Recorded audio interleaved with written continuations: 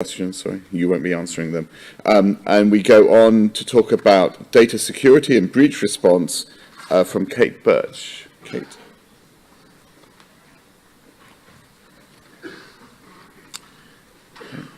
Do you know where your slides are? No idea.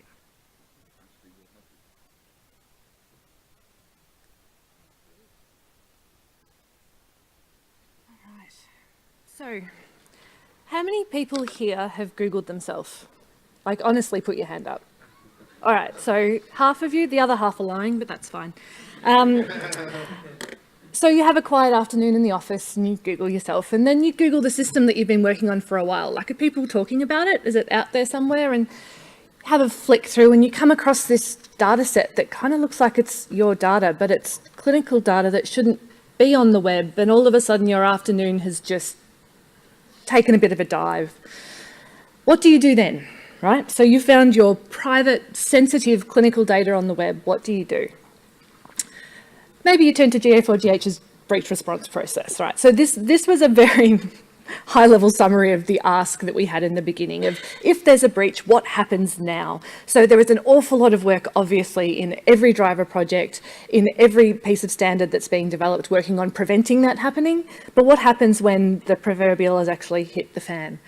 So we started digging into this and what we really needed to do for it, and realised there's actually a series of things that go into breach response.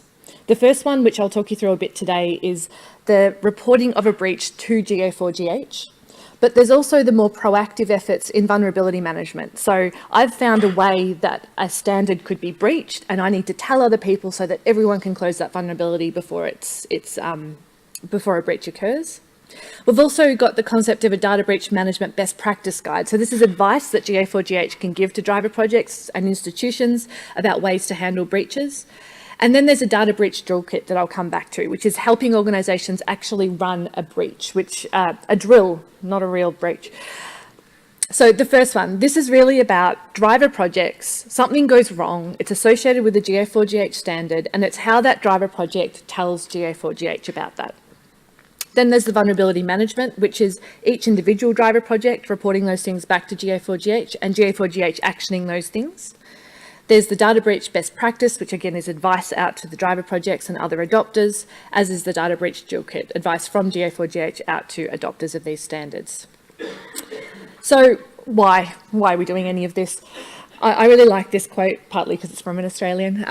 It's important to recognise that consumer and community trust is not necessarily extinguished immediately after a breach occurs. So if a breach occurs, there isn't, the right response is not to go, well, it's all like, yeah, let's just give up. It's all done. We've screwed it up. It's actually how you respond. It's how quick your response is. It's how effective your response is that's going to help maintain and rebuild that trust in your organisation and in the work that you do. So planning for these things is really important. So the purpose of this is to ensure that GA4GH can respond in a timely and constructive way to breaches. So what breaches are we talking about? Breach is actually a very, very broad thing, and we've got a definition here. I know it's probably too small. It might not be. It's a very big screen for you to read.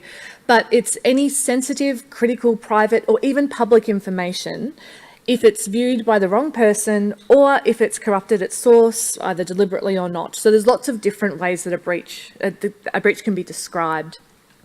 So GA4GH is asking the driver projects and beyond that the adopters of GA4GH standards to report any breach that is associated with a GA4GH standard or that could cause significant reputational damage to GA4GH and the work of the Alliance. So how do we do that? Right, so breach reporting starts before a breach happens. That's really important. You don't come into the office and do your Google search and then figure out what you do. The conversation starts before that. So the ask is that the driver projects, their security champions, talk to the GA4GH security point of contact, who at the moment is Melissa, who is waving over there, go talk to her, about how your driver project will be reporting these breaches to GA4GH. This is a really important role. Melissa's role is a really important role because it's really important that there is somebody on that GA4GH side who is ready and there to action these things when they happen. So we thought we'd give this all a bit of a test. Australian Genomics ran a data breach drill It was a mock scenario. It was actually really hard to develop a scenario because what we needed to do was run through all these different layers of breach reporting so we could get to GA4GH. We're probably not unique in Australia in that we work across multiple organisations, multiple different alliances, multiple different layers, and we wanted to make sure that all those different breach reporting processes that existed were all going to dovetail in the right way and end up in the right place. So we started with a hypothetical breach in a Melbourne Genomics data system. So it was our developers that did the hypothetical Google search and found their data on the web. That triggered the Genomics breach response within our own operational team, which triggered a response to Australian Genomics, which triggered a response to notification to GA4GH, which triggered GA4GH's response. This was actually a really fun thing to do. It was a really good test of our own policies and processes.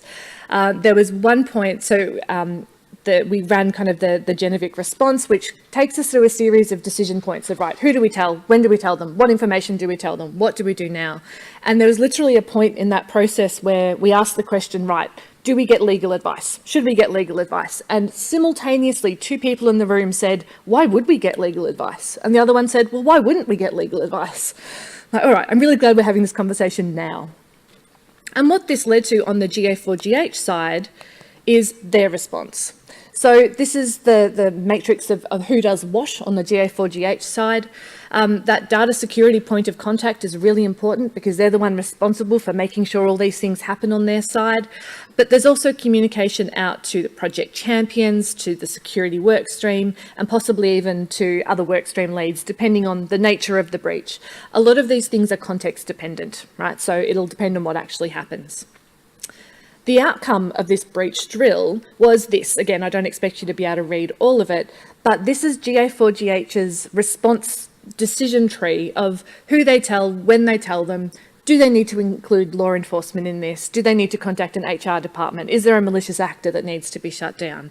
So it was a really useful way to get to here.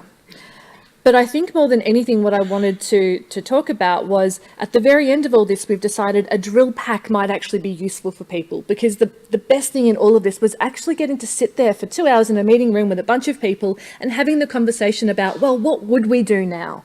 What is the problem? How do we solve the problem? What's the risk that we're trying to mitigate against? What's the damage that's going to be done? And that was a fantastic experience. And I know a couple of the people who were in the room then are in the room now. So thank you for your involvement in that. I really appreciate it. So just to say that all of that work that happened through the Global Alliance has now come back into our driver project, has come back into our own data breach reporting plan, and we've now reiterated this version that's in operation. So it was a really useful exercise for us. Thank you.